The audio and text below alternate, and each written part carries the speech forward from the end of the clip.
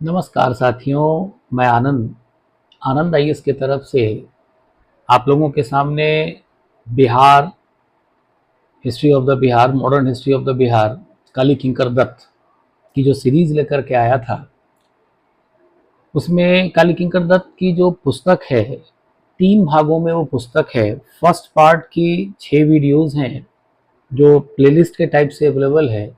ये book number 2 की पहली वीडियो है।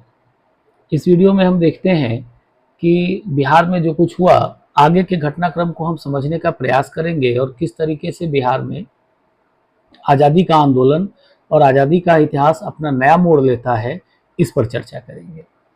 आज का हमारा सेकेंड बुक का पहला टॉपिक है नया मोड़। ये है सन 1927 से लेकर के 1930 तक की घटनाएं। इसमें ध्यान रखिएगा कि कुछ कुछ टॉपिक्स जो पहले टॉपिक में बुक 2 में कवर किया गया है, साइमन कमीशन का विरोध है, नेहरू रिपोर्ट है, युवा और मजदूर आंदोलन है बिहार में, क्रांतिकारी राष्ट्रवाद की घटना है, लाहौर अधिवेशन, ये सब सारी चीजें इसमें कवर की गई हैं। जब हम इस क्रम में आगे बढ़ते हैं तो सबसे पहली चीज 1920 के दशक से चीजें इसमें शुरू होती हैं और पहला है अंतर्राष्ट्रीय एवं राष्ट्रीय परिस्थितियां 1920 में, क्योंकि पिछले क्लास में हमने देखा था या पिछले वीडियो में हमने असहयोग आंदोलन 1920 तक के दशक की चर्चा की थी। उससे आगे हम यहाँ बढ़ते हैं। यहाँ हम देखते हैं कि 1920 के दशक के उत्तरार्ध में क्या होता है, भारतीय राजनीतिक चेतना में एक नई ऊर्जा का संचार होता है और वैश्विक स्तर पर रूसी क्रांति होती है। बोल्शेविक क्रांति कहते हैं। लेनिन के हाथों में यूएसएसआर में सत्ता आएगी और यहीं से ध्यान रखिएगा कि पूरे विश्व में साम्यवादी विचारधारा का प्रचार प्रसार बढ़ता है। इसका प्रभाव भारत के इतिहास पे भी पड़ा और सीधे भारतीय युवाओं और भारतीय श्रमिक संगठनों को इसने प्रभावित किया। यह ध्यान रखिएगा कि असहयोग आंदोलन के पश्चात जो शून्यता स्थापित हुई थी, भारत में साम्यवादी विचारधाराओं ने उस शून्यता और जड़ता को तोड़ने का काम किया। इसमें हम सीधे देखेंगे कि बिहार में भी इसके परिणाम स्वरूप एक नई राजनीतिक चेतना का प्रचार प्रसार होता है, जिसमें हम देखते हैं कि बिहार में किसान सभा बनेगा, मजदूर संगठन बनते हैं, छात्र युवा संगठन बनते हैं और इनके द्वारा जनता में एक व्यापक जन जागृति की शुरुआत होती है। इसमें बिहार के जो प्रमुख, मतलब ये कह लें कि जो चेहरे थे, वो हमारे पहले राष्ट्रपति डॉक्टर राजेंद्र प्रसाद थे, अनुग्रह नारायण सिंह थे, पंडित प्रजापति मिश्र थे। इन नेताओं ने काफी बड़ी भूमिका यहाँ निभाई थी। ये रचनात्मक कार्यों के साथ जुड़ेंगे, राजनीतिक आंदोलनों को यहाँ बढ़ावा देंगे और स्वतंत्रता संग्राम की दिशा में एक नई चेतना का प्रचार प्रसार करेंगे। 1920 के दशक के पश्चात हम देखते हैं कि साइमन कमीशन भारत आता है और साइमन कमीशन का न तो सिर्फ पूरे भारत में विरोध होगा बल्कि बिहार में भी विरोध होता है। मित्रों, जब हम साइमन कमीशन के विषय में बात करेंगे तो बहुत छोटे छोटे फैक्ट्स हैं जो आपको पहले से भी पता होगा बहुत बच्चों को। साइमन कमीशन की पृष्ठभूमि 1919 के मॉन्टेग्यू चेम्सफोर्ड रिफॉर्म्स से शुरू होती है। मॉन्टेग्यू चेम्सफोर्ड रिफॉर्म्स में ऐसा कहा गया था कि 10 वर्षों के पश्चात संविधान नहीं कह सकते हैं, मतलब वो जो रिपोर्ट थी उसको रिव्यू किया जाएगा। अब ये कमीशन आना था 1929 में, लेकिन 2 साल पहले ही 1927 में इस कमीशन को भारत भेजा गया। अब इस कमीशन पे विरोध के क्या कारण थे? विरोध का एकमात्र कारण था कि 7 सदस्यीय समिति थी Simon commission, sir John Simon इसके हेड थे और 7 के 7 अंग्रेज थे। अब आप खुद सोचें कि कैसे इस चीज को बर्दाश्त कर सकते हैं कि कानून हमारे और आपके लिए बनाया जा रहा है और बनाने वाले कोई और हैं जिनका न तो हमसे और आपसे कोई जुड़ाव है, न तो हमारे आपके बारे में वो सोच सकते हैं। भारत में भी यही होता है। जी हाँ, साइमन कमीशन का पूरी भारत में विरोध होता है और जब यह कमीशन बिहार पहुंचता है तो बिहार में भी इसकी काफी तीव्र विरोध होती है। यहाँ देखें नवंबर 1927 में साइमन कमीशन की घोषणा की जाती है। इसके विरोध में बिहार में भी अभूतपूर्व राजनीतिक गोलबंदी होती है। क्या सब होगा? सर्वदलीय सम्मेलन होगा पटना में 1928 में। कौन इसको लीड करेंगे? सर अली इमाम। पटना में विशाल सर्वदलीय सम्मेलन हुआ जिसमें साइमन कमीशन के पूर्ण विरोध का और बहिष्कार का निर्णय लिया जाता है। इसके बाद हम देखते हैं 12 दिसंबर 1928, डेट याद रखिएगा। इसी दिन साइमन कमीशन बिहार पहुंचता है पटना। इस दिन साइमन कमीशन को बिहार में काले झंडे दिखाए जाते हैं पटना में, और अनुग्रह नारायण सिंह और देवकी नंदन के नेतृत्व में हजारों देशभक्त ये काम करते हैं। काले झंडे दिखाएंगे साइमन कमीशन को, and Simon go back, Simon वापस जाओ के नारे लगाते हैं। तीसरा काम होगा डुमरांव। डुमरांव याद करिए, आरा डुमरांव रियासत, ठीक है। यहां ध्यान रखिएगा कि साइमन कमीशन के सदस्यों का बिहार के विभिन्न स्थानों पर विरोध होता है, डुमरांव भी उनमें से एक होगा। और यही ध्यान रखिएगा कि इसी विरोध के दौरान बिहार के जो युवा थे उनका उत्साह अपने चरमोत्कर्ष पर होगा। बिहार के छात्रों और युवाओं ने रेल स्टेशन पर एकत्रित होकर विरोध प्रदर्शन आयोजित किए। बिहार में राष्ट्रीय आंदोलन को नया आवेग मिलता है इसके पश्चात।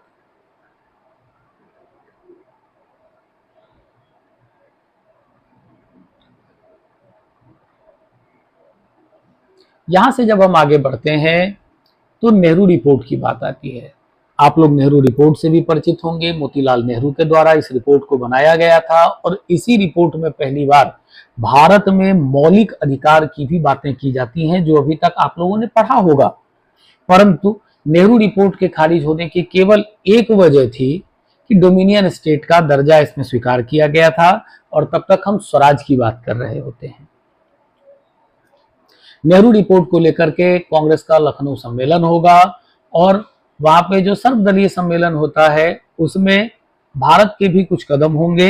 यहां ध्यान रखिएगा कि नेहरू रिपोर्ट बनाया गया था भारत सचिव लॉर्ड ब्रेकनहेड की चुनौती को स्वीकार करते हुए, कि भारतीय उस लेवल पर नहीं है कि अपना संविधान बना सकते हैं, लेकिन मोतीलाल नेहरू ने ही डिड वेल, काफी बेहतर रिपोर्ट को तैयार किया था। यहां ध्यान रखिएगा कि जो सर्वदलीय सम्मेलन आयोजित हुआ था इसमें बिहार के प्रतिनिधि कौन थे? ये सब यही सारे प्रश्न बीपीएससी में पूछे जाएंगे मित्रों, प्रीलिम्स के लेवल पे। सर अली इमाम, डॉक्टर राजेंद्र प्रसाद, इन लोगों ने बिहार को 1928 के लखनऊ सम्मेलन, सर्वदलीय सम्मेलन में बिहार को रिप्रेजेंट किया था। डोमिनियन स्टेटस, मौलिक अधिकार की गारंटी, भाषाई आधार पर प्रांतों का पुनर्गठन, सब सारी चीजें कही गई थी।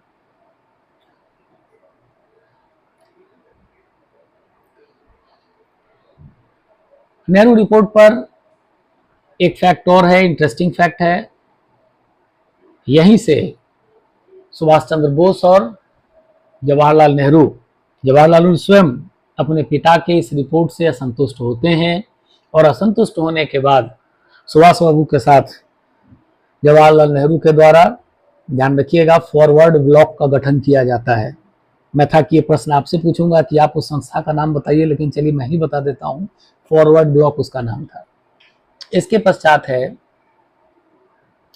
कि कांग्रेस के द्वारा रचनात्मक कार्यक्रम किए जाते हैं और प्रांतीय कांग्रेसों का संगठन होगा और उसका गठन किया जाता है। इसी विशेष अधिवेशन के पश्चात ध्यान रखिएगा कि 1928 का कलकत्ता अधिवेशन होगा, और इस कलकत्ता अधिवेशन के पश्चात बिहार में व्यापक रचनात्मक कार्यक्रम चलाए जाते हैं, जिनमें पहला कार्यक्रम था खादी और चरखा का प्रचार प्रसार। यह ध्यान रखिएगा, डॉक्टर राजेंद्र प्रसाद के मार्गदर्शन में और उन्हीं के कल कमलों से ये शुरुआत होती है, इसकी शुरुआत होती है। जिसके बाद बिहार के प्रत्येक जिले में खादी बिक्री केंद्र स्थापित किए जाते हैं और चरखा को एक आंदोलन के रूप में गांव-गांव पहुंचाया जाता है। साथ ही साथ हिंदुस्तानी सेवा दल की स्थापना की जाएगी। ये स्वयं सेवकों की एक संस्था थी और इसकी शाखाओं को बिहार के अलग अलग क्षेत्रों में या यूं कह लें कि जिलों में स्थापित किया जाता है। इसके पश्चात बिहार प्रांतीय कांग्रेस कमेटी, काफी इंपॉर्टेंट है, ध्यान रखिएगा, इसका पुनर्गठन किया जाएगा और इसके कार्यालयों को और इसके संगठन को ग्रामीण स्तर पर मजबूत करने का प्रयास किया जाएगा, जिससे बिहार का हर बिहारवासी कांग्रेस और उसकी विचारधारा के साथ जुड़ सके। तभी कहा जाता है, डॉक्टर विपान चंद्र लिखते हैं कि गांधी को उस जमाने में देखा, गांव गांव में तो गांधी को तो देखा लोगों ने नहीं था, लेकिन उसके बावजूद भी गांधी हर जगह प्रचलित थे। जैसे राम से बड़ा राम का नाम है, उसी तरीके से गांधी थे, गांधी और गांधी की टोपी। इसके पश्चात है विदेशी वस्त्रों का बहिष्कार, इसकी समिति बनती है। ये हम लोगों ने देखा है कि असहयोग आंदोलन के दौरान से ही इस तरीके के कार्यक्रम किए जा रहे थे। तो जब भी रचनात्मक कार्यक्रम होंगे तो विदेशी वस्त्रों और विदेशी वस्तुओं का बहिष्कार कैसे नहीं होगा। यहाँ ध्यान रखिएगा कि 1929 में विदेशी वस्त्र बहिष्कार समिति का गठन किया जाता है, स्पेशली जिसमें बिहार के बाजारों से विदेशी कपड़ों की होली जलाने और स्वदेशी को व्यापक अपनाने का आंदोलन चलाया जाता है। इसी क्रम में मित्रों जब हम आगे बढ़ते हैं तो देखते हैं कि जमशेदपुर, गोलमुड़ी और झड़िया, इत्तेफाक से ये जगह झारखंड में है। इन जगहों में मजदूरों और जो कारखानों में काम करने वाले थे उनके विरोध में आंदोलन होता है। यहां हम ये ध्यान रखेंगे कि तब तक जमशेद नसरवान जी टाटा के द्वारा 1908 में टाटा आयरन एंड स्टील की स्थापना की जाती है। कहां पर? साकची, झारखंड, जो आज का झारखंड है। पहले वो बिहार का पार्ट था। इसको टिस्को कहा जाता था। यही ध्यान रखिएगा कि गोलमुड़ी, यहीं की जो कंपनी थी, गोलमुड़ी के जो मजदूर थे उन्होंने वेतन वृद्धि, बेहतर कार्य दशा और अपने अधिकारों के लिए हड़ताल कर दी थी। सुभाष चंद्र बोस इसको सस्टेन करते हैं, ध्यान रखिएगा। सुभाष चंद्र बोस जमशेदपुर आकर लेबर यूनियन की कमान संभालते हैं और समझौता के साथ मजदूरों के अधिकारों की रक्षा करते हैं। जो मैनेजमेंट था उससे बात करेंगे सुभाष बाबू और मजदूरों के अधिकारों की रक्षा करेंगे। इसके बाद झड़िया में all India trade union Congress का 10वां अधिवेशन होता है 1929 में। झड़िया कहाँ? झारखंड। इसको ध्यान रखिएगा, भारत के कोयले की राजधानी कही जाती है, इतना कोल उत्पादन वाला एरिया है। यहाँ भी दिसंबर 1938 में कलकत्ता, ये Koylanchal Akhil Bharatiya trade union Congress AITUC का 10वां अधिवेशन होता है और जिसकी अध्यक्षता कौन करते हैं? पंडित जवाहरलाल नेहरू। इसी अधिवेशन में बिहार में खदानों और औद्योगिक मजदूरों में वर्ग चेतना और राष्ट्रीय स्वाधीनता के प्रति संकल्प को सुदृढ़ किया जाता है।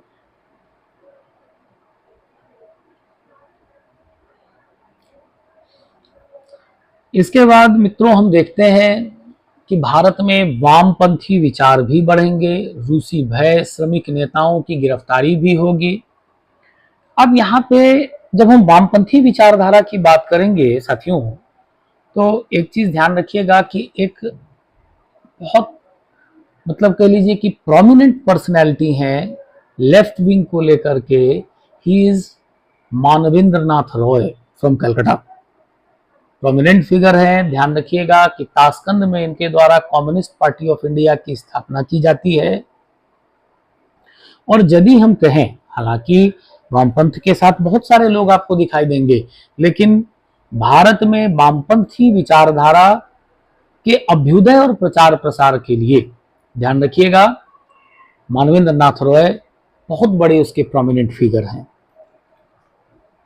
यहां 1928-29 में बिहार युवा वर्गों में समाजवादी और साम्यवादी विचारों का प्रचार प्रसार बढ़ने लगता है। HSRA, Hindustan socialist Republic association, ये सब सारी संस्थाएं बनेंगी। भगत सिंह, बटुकेश्वर दत्त, जो आप लोगों ने पढ़ा होगा। ये किससे प्रभावित था सारे का सारा आंदोलन? रूस की बोल्शेविक क्रांति से। और यहीं से श्रमजीवी वर्गों के अधिकार आदि की वकालत शुरू होती है। कई सारे अखबार शुरू होते हैं, मैगजीन्स निकलने शुरू होते हैं। अब जब भारत में वामपंथी विचारधारा का प्रचार प्रसार शुरू होता है तो ब्रिटिश सरकार इससे काफी डरती थी और इसे अपनी औपनिवेशिक सत्ता के खिलाफ सबसे बड़ा खतरा मानती थी। इसके लिए डॉक्टर काली किंकर दत्त लिखते हैं कि रूसी सहायता और साम्यवादी साहित्य के बढ़ते प्रभाव से सशंकित होकर ब्रिटिश सरकार ने मेरठ षड्यंत्र केस के तहत देश भर में श्रमिक नेताओं की धरपकड़ शुरू कर दी थी। अब इसी में जब हम आगे बढ़ेंगे तो सरकार के द्वारा प्रेस पर प्रतिबंध लगाया जाएगा, राजनीतिक पीड़ित दिवस वगैरह जिसके विरोध में मनाया जाएगा। सरकार ने वामपंथ के प्रचार प्रसार या यूं कहें कि साम्यवाद के प्रचार प्रसार के लिए क्या किया, प्रेस आदि पर प्रतिबंध लगाया और सरकार के जनता के प्रति दमन चक्र की कार्यवाही शुरू की, जिसमें हम देखते हैं पहला कि समाचार पत्रों पर कठोर कार्रवाई की जाती है।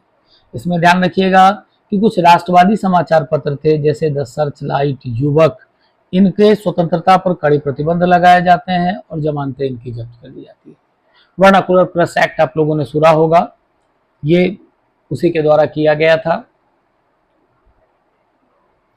जिसके विरोध में आकर के ध्यान रखिएगा कि पंजाब और लाहौर के षड्यंत्र केस के बंदियों के समर्थन में बिहार में 18 अगस्त 1929 को राजनीतिक पीड़ित दिवस मनाया जाता है और विशाल जनसभाएं इसके मतलब ये कहिए कि समर्थन में आयोजित की जाती हैं।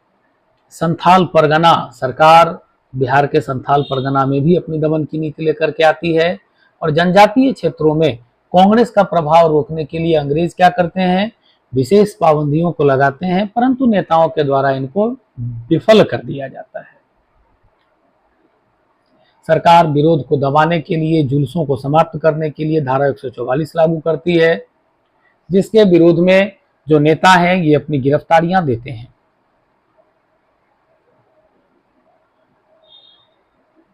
इसके बाद क्रांतिकारी राष्ट्रवाद का उदय होगा और मौलानिया का षड्यंत्र केस होता है, चंपारण जिले का है।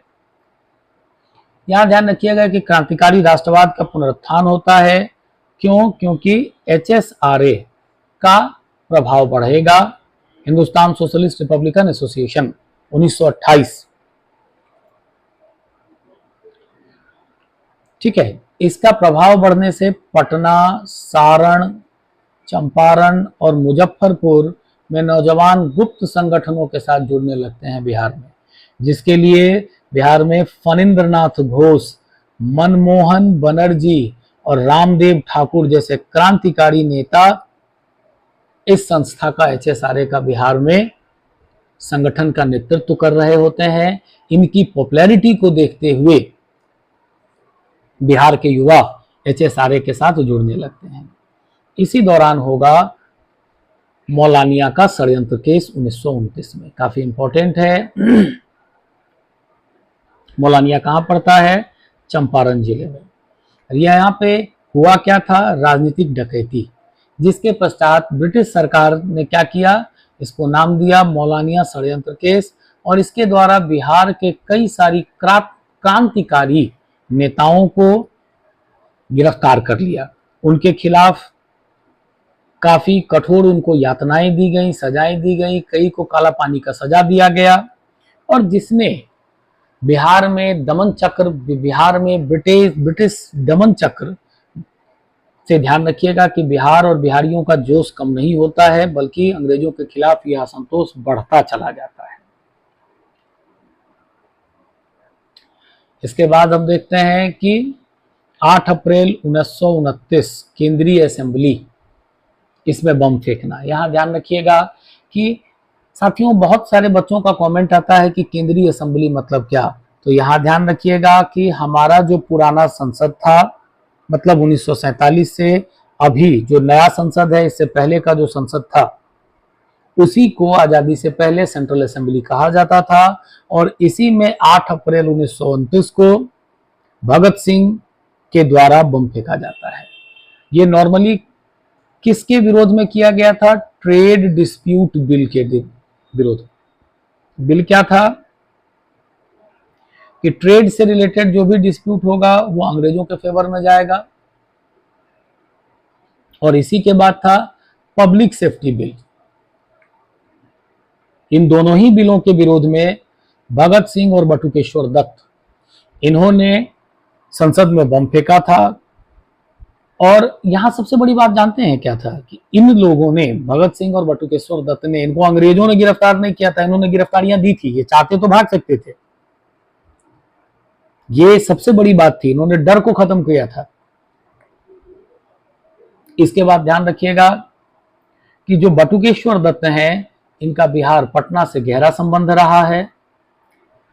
इसके बाद जब इन्हें गिरफ्तार किया जाता है तो बिहार के हर स्थान में देशभक्ति की लहर दौड़ती है, युवाओं में इनकलाब जिंदाबाद का नारा काफी फेमस हो जाता है। और इन्होंने, इन दोनों के प्रति, भगत सिंह और बटुकेश्वर दत्त के प्रति बिहार के युवा काफी समर्पण का भाव रखेंगे और अपनी एकजुटता का प्रदर्शन करेंगे। साथियों, लाहौर षड्यंत्र केस, जहां पे इन्हें फांसी दे दी जाती है 23 मार्च 1931 को, बहुत भयावह घटना थी वो। इसकी चीजों को जब हम बिहार में देखेंगे, इसके प्रभाव को बिहार में देखेंगे, तो इसका एक टाइमलाइन है जिसको हम इस तरीके से व्याप्त कर सकते हैं, डिपिक्ट कर सकते हैं। जून 1929 में अनशन का प्रारंभ होता है, जिसमें जेल में सम्मानजनक व्यवहार हेतु भगत सिंह और जतिन दास द्वारा भूख हड़ताल शुरू की जाती है राजनीतिक कैदी को लेकर के। अगस्त 1929 में इसका बिहार में भी समर्थन किया जाता है राजनीतिक कैदी के, उसको लेकर के पटना, मुंगेर, गया और राजबंदियों के समर्थन में प्रदर्शन और उपवास का आयोजन किया जाता है। 13 सितंबर 1929 को जतिन दास की शहादत हो जाती है। 63 दिनों के अनशन के पश्चात जतिन दास शहीद हो जाते हैं। इनका बलिदान आज भी अमर था। और सितंबर 1929 को शोक एवं हड़ताल की बिहार में सभाएं आयोजित की जाती हैं जतिन दास के समर्थन में। स्कूल, कॉलेज, बाजार, इनमें पूर्ण हड़ताल और शोक सभा आयोजित की जाती है।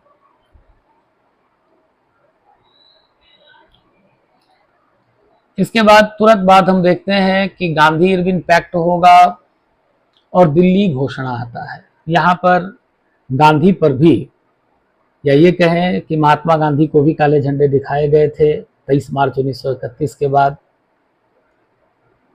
जिस समय गांधी इरविन पैक्ट होगा। और यहाँ ध्यान रखिएगा कि उसमें इन राजनीतिक बंदियों को छुड़ाने के लिए गांधी जब कोई बात नहीं करते हैं तो गांधी को भी काले झंडे का सामना करना पड़ता है। यहाँ ध्यान रखिएगा कि लॉर्ड इरविन की घोषणा होगी 31 अक्टूबर 1929 और बढ़ते असंतोष को शांत करने के लिए लॉर्ड इरविन अपनी घोषणा करता है कि भारत के संवैधानिक भविष्य पर विचार करने हेतु लंदन में गोलमेज सम्मेलन आयोजित किया जाएगा और डोमिनियन स्टेट देने पर सरकार का लक्ष्य है। अब यहाँ पे क्या आयोजित किया गया कि इंग्लैंड में अब गोलमेज सम्मेलन होगा। 3 गोलमेज सम्मेलन होते भी हैं और सरकार इस पे सहमत है कि भारतीयों को डोमिनियन स्टेट का दर्जा दिया जाए। इसके विरोध में दिल्ली घोषणा पत्र जारी होगा, जिसमें गांधी जी स्वयं होंगे, नेहरू, पटेल, राजेंद्र प्रसाद, ये सभी होते हैं। इनके द्वारा दिल्ली घोषणा पत्र जारी किया जाता है और यहाँ गोलमेज सम्मेलन के उद्देश्य को डोमिनियन स्टेट की रूपरेखा तैयार करना हो, राजनीतिक बंदियों को रिहा करना हो, इन मुद्दों पर बातचीत होती है। और यहाँ ध्यान रखिएगा कि अंग्रेजों द्वारा इन शर्तों को स्वीकार कर दिया जाता है, जिसके पश्चात भारत में पूर्ण स्वराज का मार्ग प्रशस्त होता है। यहीं से 26 जनवरी की रात में जब लाहौर में कांग्रेस का अधिवेशन होगा तो रावी नदी के तट पर नेहरू पूर्ण स्वराज का लक्ष्य रखते हैं।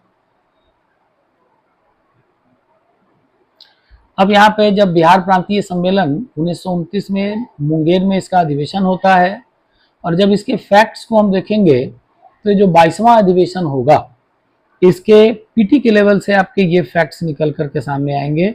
इसका अध्यक्ष कौन होता है? वल्लभ भाई पटेल। यहाँ ध्यान रखिएगा कि इनकी उपस्थिति रहती है और स्थानीय नेतृत्व को इनका पूरा समर्थन होता है। प्रस्ताव कौन सा था? पूर्ण स्वाधीनता का ऐतिहासिक संकल्प पारित किया जाता है। किसान और मजदूर समस्या को लेकर के मालगुजारी में कमी, अवैध वसूली की समाप्ति करना, 3 प्लेट मजदूरों के समर्थन में प्रस्ताव पास करना, ये सब काम किए जाते हैं। और यहीं से सत्याग्रह की तैयारी की रूपरेखा भी तय की जाती है कि बिहार की जनता आगामी किसी भी राष्ट्रव्यापी सविनय अवज्ञा आंदोलन के लिए तैयार रहेगी, इसका आह्वान किया जाता है।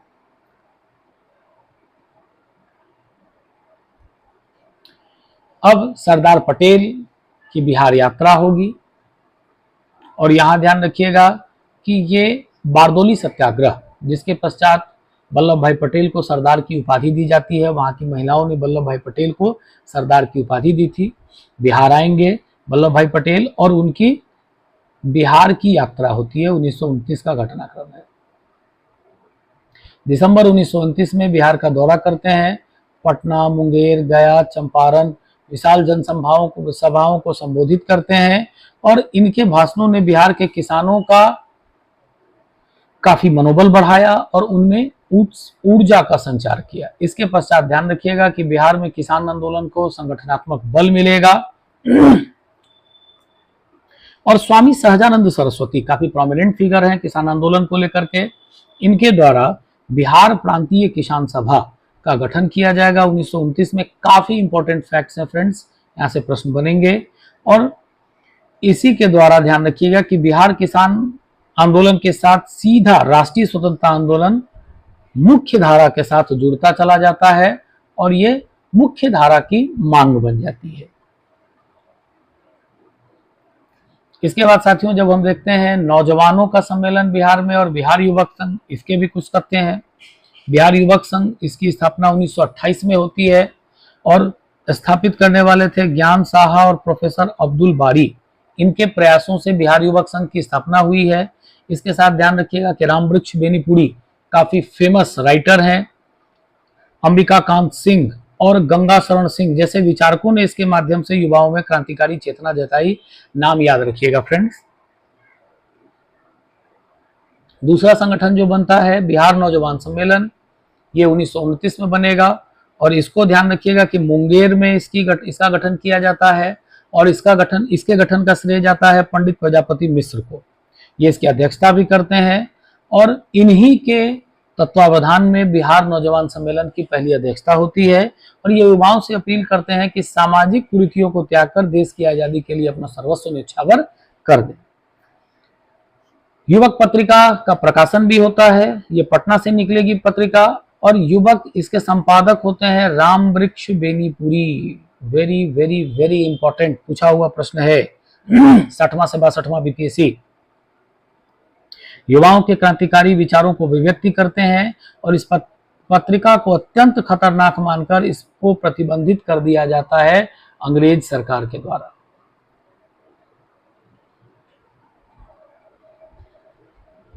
इसके बाद साथियों लाहौर का अधिवेशन होगा 1929 का और मजहरुल हक का देहांत हो जाता है। यहाँ दिसंबर 1929 में लाहौर का कांग्रेस अधिवेशन होगा जहां पर कांग्रेस के तरफ से पंडित जवाहरलाल नेहरू पूर्ण स्वराज का लक्ष्य रखेंगे और ये रावी नदी के तट पे रात के 12 बजे फहराया गया था, आधी रात को, ठंड में सोच सकते हैं 26 जनवरी के दिन।